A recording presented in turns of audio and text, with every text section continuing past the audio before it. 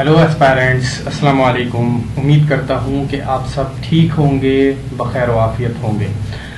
जैसा कि आप सब जानते हैं कि म्यूट का सेकंड फेज स्टार्ट होने वाला है। उसके लिए अब हम जो है वो इम्पॉर्टेंट एमसीक्यूज जो सेकंड फेज है उससे रिलेटेड स्टार्ट कर रहे हैं। आज से ही इस वीडियो में मैं आपको बताऊंगा जो कि आप सबके लिए गैस एमसीक्यूज भी होंगे और इम्पॉर्टेंट एमसीक्यूज भी होंगे, जो कि 90 to 95% इंशाल्लाह आपको स्पेशली फिजिक्स का पोर्शन कंप्लीट क्वालिफाई करवाएंगे इंशाल्लाह। उसके लिए आपने इस वीडियो को कंप्लीट देखना है, मुकम्मल आखिर तक, और जो है इसके कॉन्सेप्ट को अच्छी तरह बिठाना है। स्पेशली जो टॉपिक्स आ रहे हैं उनको गौर से देखना है। ये वही टॉपिक्स हैं जो प्रीवियस पास्ट पेपर से लिए गए हैं, उसी में से बार बार क्वेश्चन रिपीट हो रहे हैं, उसी से रिलेटेड और लिंक टू टॉपिक जो है उससे ये एमसीक्यूज बनाए गए हैं। ये आपने तवज्जो से देखना है। स्टार्ट करते हैं। पहला एमसीक्यूज आप देख सकते हैं, ये सेकंड फेज के लिए है, shift 1 and 2, mute, entry test, और इम्पॉर्टेंट एमसीक्यूज भी हैं। इसमें गैस पेपर भी है। ये जो है इसमें सबसे पहला जो क्वेश्चन है वो normal human body temperature in Fahrenheit. Fahrenheit में नॉर्मल ह्यूमन बॉडी टेम्परेचर क्या है? फ़ारेनहाइट में नॉर्मल ह्यूमन बॉडी टेम्परेचर हमारे पास है 98.6 डिग्री फ़ारेनहाइट। ये ऑप्शन हमारे पास करेक्ट है।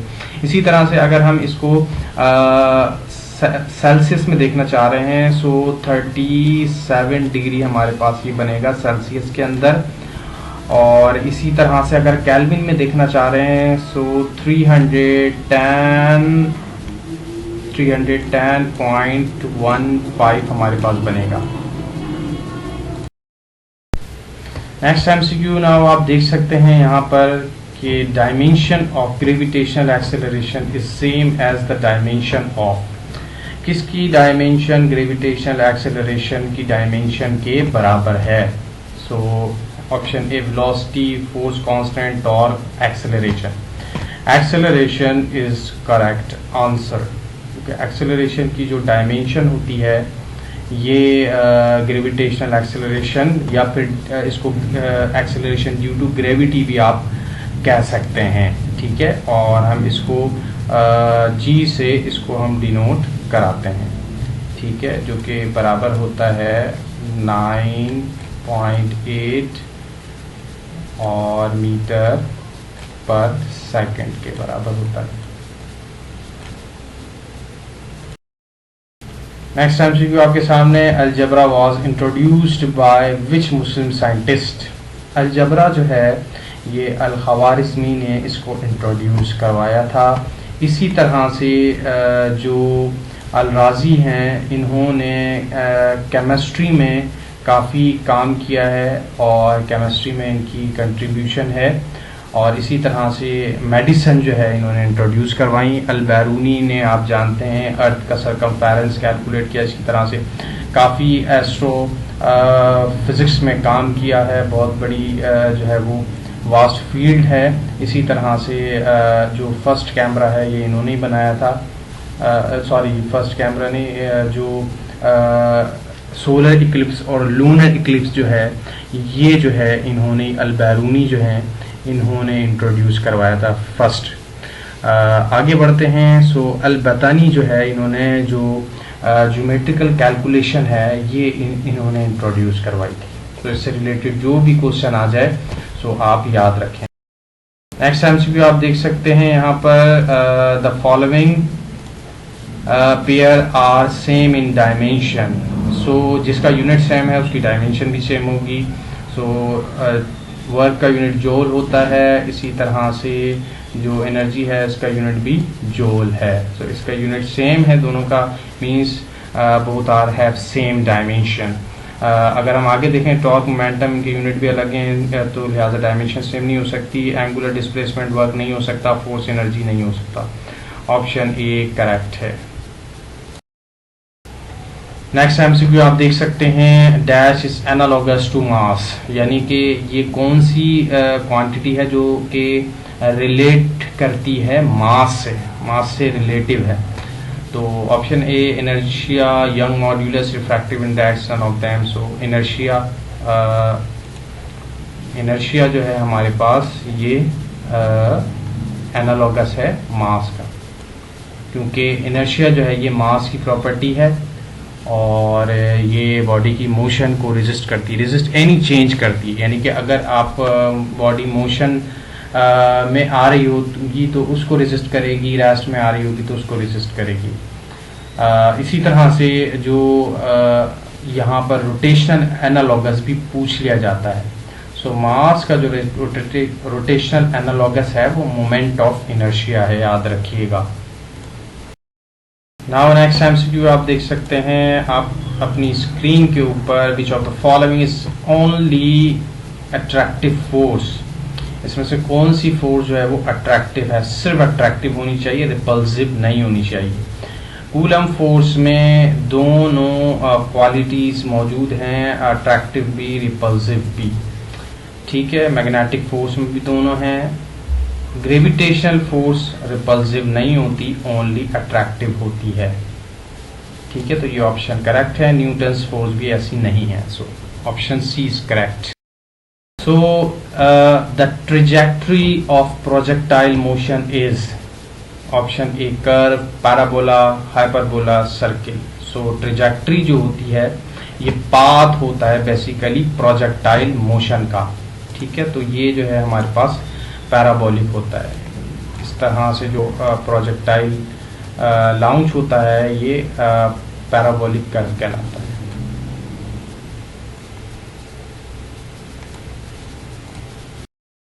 Now next MCQ, torque is known as, torque को क्या कहा जाता है? Moment arm, moment of inertia, moment of force, none of them.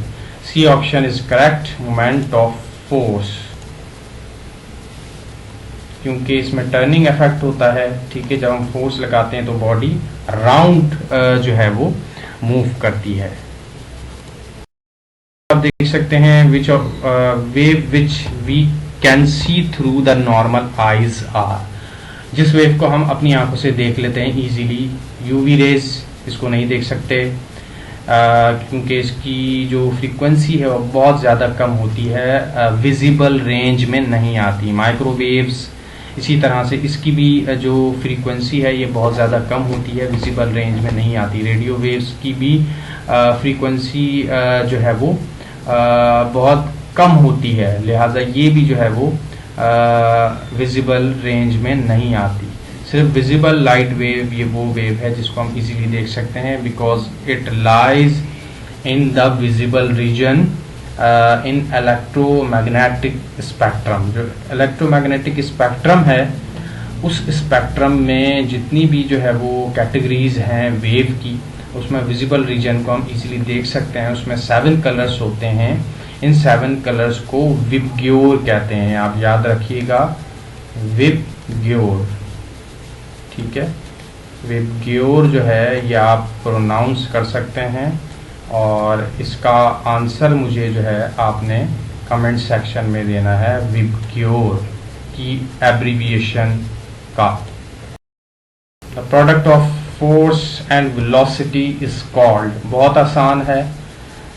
Product अगर हम बनाएं फोर्स और वेलोसिटी का, फोर्स और वेलोसिटी का डॉट प्रोडक्ट होता है, तो ये किसके बराबर होता है? बहुत आसान है, पावर के बराबर होता है, ठीक है। Power is correct, option A is correct. Energy नहीं है, रेट ऑफ पावर भी नहीं है, rate of energy. Now next MCQ आप देख सकते हैं, magnitude of velocity is option A displacement, B है स्पीड, सी है एक्सेलरेशन, डी है डिसेलरेशन। सो यहाँ पे मैग्नीट्यूड ऑफ वेलोसिटी जो है ये हमारे पास स्पीड होती है। मैग्नीट्यूड ऑफ वेलोसिटी स्पीड को कहते हैं, because speed is scalar quantity. जब गाड़ी मूव कर रही होती है तो स्पीडोमीटर में जो वैल्यू आती है basically that is the speed of the body और एनी व्हीकल। सो वो स्पीड होती है, और वो जो मैग्नीट्यूड है वो ही हमारे पास स्पीड है, और ये वेलोसिटी का मैग्नीट्यूड होता है। वेलोसिटी चूंकि वेक्टर क्वांटिटी है और इसकी एक डायरेक्शन होती है, जबकि डिस्प्लेसमेंट का मैग्नीट्यूड नहीं होता, एक्सेलरेशन का मैग्नीट्यूड भी नहीं होता। अच्छा, डिस्प्लेसमेंट का अगर हम देखना चाहें, डिस्प्लेसमेंट अगर वेक्टर क्वांटिटी है, इसका जो मैग्नीट्यूड है ये भी बन सकता है लेंथ। ठीक है, अगर ये आंसर आ जाए या इस तरह का कोई ऑप्शन आ जाए आपके पास कि द मैग्नीट्यूड ऑफ डिस्प्लेसमेंट, क्योंकि ये डिस्प्लेसमेंट स्पेसिफिक डायरेक्शन में जो है वो बॉडी मूव कर रही होती है, अगर इसका मैग्नीट्यूड देखें तो लेंथ बन सकता है, लेंथ इज स्केलर। सो जबकि एक्सेलरेशन देखें तो ऐसा कोई ऑप्शन नहीं है, एक्सेलरेशन का कोई मैग्नीट्यूड नहीं निकलता और डिसेलरेशन कभी नहीं निकलता। एमसीक्यू आप देख सकते हैं, which of the following is mechanical wave. Mechanical wave मैं आपको बता दूंगी वो वेव्स होती हैं जिनको मीडियम चाहिए होता है ट्रैवल करने के लिए। ठीक है, यानी कि एयर, वाटर, ग्लास, ठीक है, एंड सो ऑन, इस तरह के जितने भी मीडियम है जिनको ट्रैवल करने के लिए चाहिए होता है, उसको जो है वो हम मैकेनिकल वेव कहते हैं। अब वेव इन सिलिंग की, चूंकि ये भी मीडियम है सिलिंग की, उसमें वेव ट्रैवल कर रही है, सॉफ्ट स्प्रिंग होता है, तो ये भी हमारे पास मैकेनिकल वेव है। वेव इन स्प्रिंग, स्प्रिंग हमें पता है हार्ड स्प्रिंग जो है वो होता है, तो ये हमारे पास जो है ये भी मैकेनिकल वेव है। साउंड वेव चूंकि एयर में ट्रैवल करती है, ये भी हमारे पास मैकेनिकल वेव है, सो इसका ऑप्शन होगा AOT, all of above. Next MCQ, the speed of electromagnetic wave are same as. Electromagnetic wave की जो स्पीड होती है ये स्पीड ऑफ लाइट के बराबर होती है। ठीक है, सो इसका ऑप्शन सी करेक्ट है। The SI unit of magnetic induction is Tesla, Weber, Newton per meter per ampere square. D है all of above. So option A इसका करेक्ट है, टेस्ला। जो मैग्नेटिक इंडक्शन होता है इसको हम B से डिनोट कराते हैं। ठीक है, और इसी तरह से मैग्नेटिक फ्लक्स डेंसिटी भी हमारे पास जो है वो B है। ठीक है, दोनों हमारे पास भी हैं और ये वेक्टर क्वांटिटी होती है, याद रखिएगा, और दोनों के यूनिट सेम होते हैं। और 1 टेस्ला आपको ये भी पता होना चाहिए, 1 टेस्ला किसके बराबर होता है, 1 न्यूटन पर एम्पेयर और पर मीटर के बराबर होता है। ये भी सवाल में आ जाता है, इसकी डायमेंशन भी आ जाती है, सो ये जो है आपको याद होने चाहिए। Can be measured in heat, तीनों यूनिट में मेजर की जाती है, calorie, joule, BTU, British thermal unit. ये हमारे पास ब्रिटिश इंजीनियरिंग सिस्टम में यूनिट है, ये CGS सिस्टम में यूनिट है, ये ऐसा यूनिट है हीट का। ठीक है, तो हमारे पास all of above. Unlike charges always, unlike charges जो हैं यानी कि पॉजिटिव और नेगेटिव हमेशा अट्रैक्ट करेंगे। ठीक है, रिपेल भी नहीं करेंगे, न्यूट्रल भी नहीं होगा और नन भी नहीं है, सो इट मीन्स कि ऑप्शन ए करेक्ट है। जबकि लाइक चार्जेस यानी कि प्लस प्लस, नेगेटिव नेगेटिव, तो ये हमेशा रिपेल करते हैं। If the distance between the Coulomb force is half, then the force will be, अगर हम सेपरेशन या फिर डिस्टेंस जो है उसको कम कर देंगे दो चार्जेस के दरमियान, ठीक है, तो इसको हमने हाफ कर दिया अगर, तो हमारे पास जो फोर्स होगी ये हमारे पास हो जाएगी 4 टाइम्स। ठीक है, याद रखिएगा 4 टाइम्स हमारे पास ये फोर्स हो जाएगी जैसे हम डिस्टेंस हाफ करेंगे। तो क्यों 4 टाइम्स हो जाएगी, क्योंकि हमारे पास जो फार्मूला है हमें पता है जो फोर्स है, Coulomb force is proportional to square of distance और सेपरेशन बिटवीन द चार्जेस। ठीक है, और या फिर ये स्क्वायर जो है वो आप ऊपर भी लगा सकते हैं, इसकी जगह जो है वो होल ब्रैकेट के बाहर लगा दें।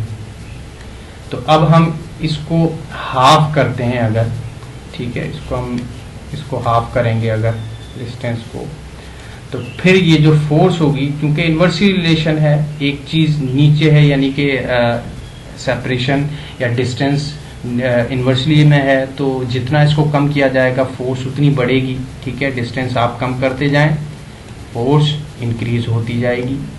तो इस हिसाब से जब आप ये 2 रखते हैं तो फिर ये 4 हो जाता है और ये 4 ऊपर आ जाता है, और फिर आप इसको फार्मूला रीअरेंज करते हैं तो ये फोर्स आपके पास आती है 4 टाइम्स। तो ये स्टूडेंट्स एस्पायरेंट्स, ये इम्पॉर्टेंट एमसीक्यूज म्यूट के आने वाले टेस्ट से रिलेटेड, ये उम्मीद करता हूँ कि आपको समझ में आए होंगे, इसके कॉन्सेप्ट आपके क्लियर हुए होंगे। इसमें कोई भी डाउट्स हों तो कमेंट सेक्शन में ज़रूर दीजिएगा, और जो मैंने आपको सवाल दिया है उसको तो काइंडली आपने कमेंट सेक्शन में उसका जवाब मुझे देना ही देना है। इस वीडियो को अपने फ्रेंड सर्कल में शेयर कर दें। मिलते हैं आपसे नेक्स्ट वीडियो में। Thank you so much. अल्लाह हाफिज़।